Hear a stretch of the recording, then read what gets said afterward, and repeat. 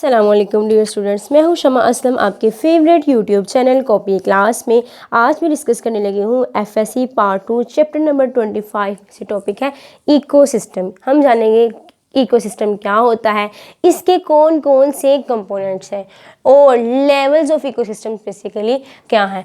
First of all हम लोग देखते हैं कि इकोसिस्टम क्या है। ये इकोसिस्टम एक रिलेशनशिप है जिंदा जानदारों के दरमियान और उसके इन्वायरमेंट के दरमियान। इन अदर वर्ड्स हम लोग ये कह सकते हैं a biological community together with the associated abiotic components. Abiotic components में वो कुछ नॉन लिविंग ऑर्गेनिजम्स हो सकते हैं, यानी कि वो टेम्परेचर हो सकता है, ग्रेविटी है, एयर है, टेम्परेचर है। ये अगर हम लोग यहाँ पे एक एग्जांपल है छोटी सी कि ये मैन है, तो इसके इर्द गिर्द ना सिर्फ ये है कि लिविंग ऑर्गेनिजम्स ही एग्जिस्ट कर रहे हैं, बल्कि बहुत ज़्यादा एबायोटिक भी कंपोनेंट्स जो है ना वो अवेलेबल हैं, वो मौजूद है, जैसे लाइट है, एयर है, ग्रेविटी है। ठीक है, अब इकोसिस्टम को हम लोग इस तरह से डिफाइन करते हैं कि जिंदा जानदार जो है ना वो आपस में इकट्ठे रहें, ठीक है, और इंटरेक्ट करें, उनके कोई ना कोई ताल्लुक हो विद ईच अदर, एक दूसरे के साथ। ना सिर्फ उनका एक दूसरे के साथ ताल्लुक हो बल्कि उनका इन्वायरमेंट के साथ भी ताल्लुक हो, तो उसको हम लोग इकोसिस्टम का नाम देते हैं।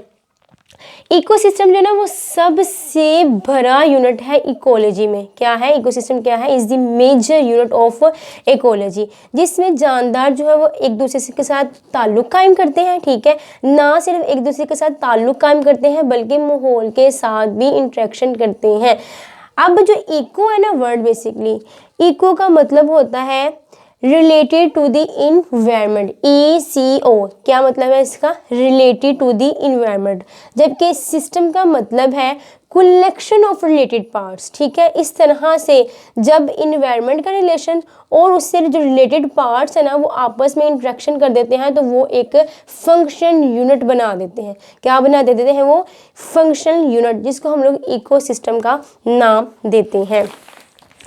एक community together with its non living surrounding. क्या है कि ऐसी कम्युनिटी जो कि नॉन लिविंग सराउंडिंग में एग्जिस्ट कर रही हो, तो उसको हम लोग किसका नाम देते हैं, इकोसिस्टम का। होपफुली बहुत अच्छा क्लियर हो गया होगा कि क्या है इकोसिस्टम। अब नेक्स्ट बढ़ते हैं इसके कंपोनेंट्स के बारे में कि कौन कौन से इकोसिस्टम के कंपोनेंट्स हैं। इसके दो कंपोनेंट्स हैं, एक है बायोटिक फैक्टर्स और दूसरा है एबायोटिक फैक्टर।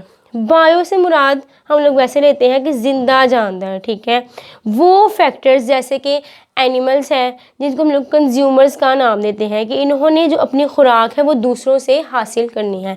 फंजाई है, ठीक है, प्लांट्स हैं, ये प्रोड्यूसर्स हैं, इन्होंने अपनी खुराक किस प्रोसेस के ज़रिए खुद तैयार करनी है, फोटोसिंथेसिस प्रोसेस के ज़रिए इन्होंने अपनी खुराक खुद तैयार करनी है। और बहुत ज़्यादा जो माइक्रो ऑर्गेनिजम्स हैं ये सारे के सारे बेसिकली क्या हैं, बायोटिक फैक्टर्स हैं। Biotic factor consist of animals, fungi, plants, microorganisms यानी कि डीकम्पोजर्स। अब बायोटिक कंपोनेंट्स में वो सारे के सारे जानदार इन्वॉल्व होंगे, चाहे वो एनिमल्स हैं या फिर प्लांट्स हैं, वो सपोर्टेड करेंगे बायोस्फीयर को। अब बायोस्फीयर क्या है जी, बायो मीन लाइफ और स्फीयर वो प्लेस जहाँ पर जिंदगी क्या कर रही है, एग्जिस्ट कर रही है। The part of the earth, ज़मीन का वो हिस्सा जहाँ पे जिंदा जानदार जो है ना वो इनहिबिटेड हो, वहाँ पे उनका मस्कन हो, वहाँ पे वो अपनी ज़िंदगी को बसर कर रहे हो। ठीक है, the part of the earth inhibited by living organisms including both the living and the non living components. अब इसमें क्या है, लिविंग भी कंपोनेंट्स हो सकते हैं और नॉन लिविंग भी कंपोनेंट्स हो सकते हैं। तो ज़मीन का वो हिस्सा जहाँ पे जिंदा जानदार जो है ना वो अपनी ज़िंदगी को बसर कर रहे हैं उसको हम लोग बायोस्फीयर का नाम देते हैं। अब हम बायोस्फीयर जो है ना प्लैनेट के सरफेस के ऊपर तकरीबन 8 से 10 किलोमीटर्स तक जो है ना वो एक्सटेंडिंग है। ठीक है, biosphere is spread out over the surface of planet Earth extending about 8 to 10 kilometre. ठीक है, to the upper reach of the atmosphere। अगर हम लोग ओशन की बात करें कि मंदिर की गहराई की तरफ इसकी कितनी को डिस्टेंस है, तो वो सेम है जितनी हमारे upper two the east atmosphere तक पहुंचने में लगती है ना, उतनी ही जो है ना वो डेप्थ की ओशन में ना इसकी जो है ना वो गहराई है 8 to 10 किलोमीटर। नेक्स्ट हम बात करते हैं एबायोटिक फैक्टर्स की। अब ये जो फैक्टर्स है ना, ये नॉन लिविंग फैक्टर्स हैं, यानी कि water, atmosphere, climate and soil. अब इसमें क्या है जी, वो नेचुरल कंपोनेंट्स हैं बेसिकली, ये सारे के सारे क्या है, नेचुरल कंपोनेंट्स हैं। अब हम लोग इकोलॉजिकल की टर्म में हम लोग देखें ना, तो एटमॉस्फेयर, एटमो का क्या मतलब है, एयर, ठीक है, क्या मतलब है एयर, और स्फेयर का मतलब है प्लेस। हाइड्रोस्फेयर, हाइड्रो का क्या मतलब हुआ, वाटर, और स्फेयर का मतलब है प्लेस। इकोलॉजिकल टर्म हम लोग इसको इस तरह से डिफाइन करते हैं, एटमॉस्फेयर एयर के लिए, ठीक है, हाइड्रोस्फेयर वाटर, वहाँ वो वाली प्लेस जहाँ पे वाटर एग्जिस्ट कर रहा है उसको हाइड्रोस्फेयर का नाम दे दिया है। लिथोस्फेयर, लिथो का क्या मतलब हुआ अर्थ, और स्फेयर का मतलब हुआ प्लेस। नेक्स्ट हम डिस्कस करते हैं कि ये एक सिंपल सी डायग्रामेटिकल रिप्रेजेंटेशन हुई है जहाँ पे एक जो जिंदा जानदार है वो एग्जिस्ट कर रहा है, और इसके इर्द गिर्द ना सिर्फ इसी की स्पीशीज़ के लिविंग ऑर्गेनिजम्स रह रहे हैं, बल्कि और भी बहुत ज़्यादा जो स्पीशीज़ है ना उसके जो है ना वो जानदार एग्जिस्ट कर रहे हैं।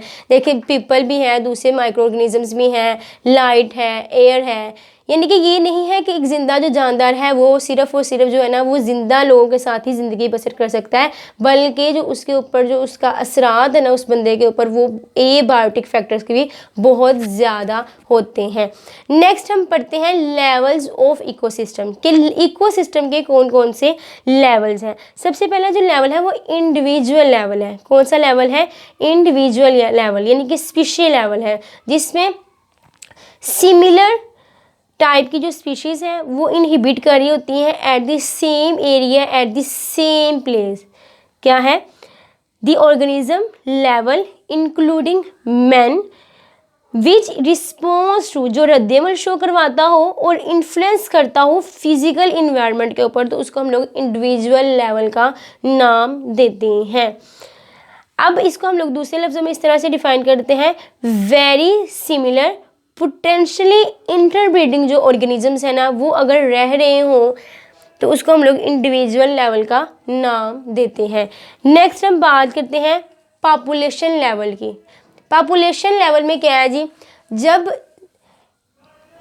Individual of the same species, एक ही सेम स्पीशीज़ का जो जानदार हैं वो एग्जिस्ट कर रहे हों, वो अपनी ज़िंदगी को बसर कर रहे हों, तो eight the same area at the same place, तो उसको हम लोगों को हम कहते हैं पॉपुलेशन लेवल है। ये कौन सा लेवल है, ये पॉपुलेशन लेवल है।